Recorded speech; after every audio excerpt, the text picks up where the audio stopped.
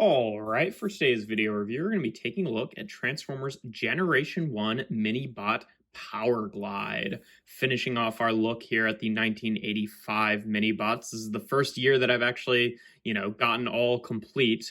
First year as in 1984, 1985, 1986. The first of those years that I've gotten a full complete set of for the Minibots. And yeah, that's appropriate because 1985 has always been my favorite year for the mini bots. I just think they're the most interesting group overall. But yeah, here we have Powerglide in his little warthog-esque plane here, and he looks pretty good. He's got a little rub symbol on the back here. A lot of the joints on mine are a little bit loosey-goosey and wobbly, which is a little bit annoying, but it still works relatively well. He sits down just fine. But yeah, in terms of comparisons for this mode, here he is with Kingdom Sideswipe for whatever that's worth. Obviously, they don't scale at all, but should they? I don't know. For a previous Powerglide, here he is with the Combiner Wars Powerglide, who's still a fantastic little figure. I do hope that we get a new deluxe Powerglide sometime relatively soon, and then we can get the Bad Boy repaint too to finish off the eHobby GoBots. But yeah, no, for now, I've always really liked the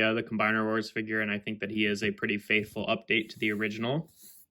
And then last but not least, here he is with the other 1985 Minibots. So we can see we finally have a full group of the 5 of them in there. And yeah, I love these toys. I think that this is the best year for Minibots by far. I just think they're all so interesting. I like the kind of like color coordination between the 5 of them. I like how they're sort of like, we've got, like land, coast, sea, air, space. I don't know. I don't know if that was intentional or not, but that's kind of how it feels. It's like different sort of, they all represent different biomes, I guess. But yeah, no, I feel like the 5 of them look pretty cool together. Obviously, being a G1 Minibot, its transformation is pretty simple. You just take the whole back section here and just extend it down to be the legs. Take the cockpit, rotate it around like that to be the head. The wings are conjoined, so you just rotate them forward like that and then flip them both up. And then the arms will fold out like this and then fold down on these joints like that. And there we have Powerglide in his robot mode. And yeah, he's a pretty cute little robot mode. I love the head sculpt on here. This is one of the ones they kept very accurate in the cartoon. So that actually is more or less what he looked like. Obviously, he's got like the conjoined legs, which is a little silly, but otherwise he looks pretty good there, I think, in terms of articulation. The head can still rotate, obviously, for transformation. The arms can rotate up and down.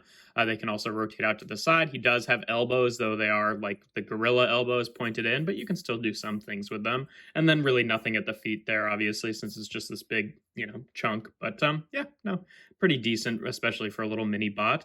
But yeah, to get into comparisons in this mode, here he is again with Sideswipe, so you can see what he looks like with an average size modern deluxe there.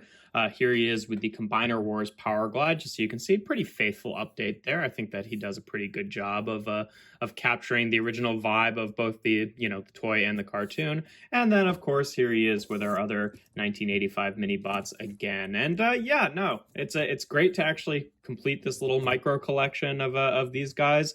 In terms of the overall Minibots, I only have 2 left of like the main bunch. Obviously there's like all of the, I don't know, there's like the eHobby repaints of the GoBots that I mentioned earlier. There's like Bumper, who I don't really count. There's like the yellow Cliff Jumper and the red Bumblebee. I don't really count those either. Mainly the only 2 that I really feel like I want left are Cliff Jumper and Hubcap. Hubcap seems like it'll be kind of an uphill battle. Cliff Jumper I think will be kind of achievable, but I don't really see listings for those guys all that often. So I don't know. I'll try to be patient and not pay more than I otherwise would. A couple of these guys I went a little bit higher than I had been planning to, just for completism's sake, but still only like less than $15 per figure there, which is not really all that bad, everything considered. But yeah, no, I think that they're a fine looking bunch, and it's nice to finally have this year complete. But yeah, that's pretty much all there is to Powerglide. Just with a lot of the other G1 figures, he's pretty simple. But yeah, he's a fun little toy if you can get your hands on him. If you enjoy my videos, make sure to leave a like and consider subscribing to the channel. I do reviews every Tuesday, Thursday, and Sunday. And without further ado, here we have Transformers Generation 1 Powerglide.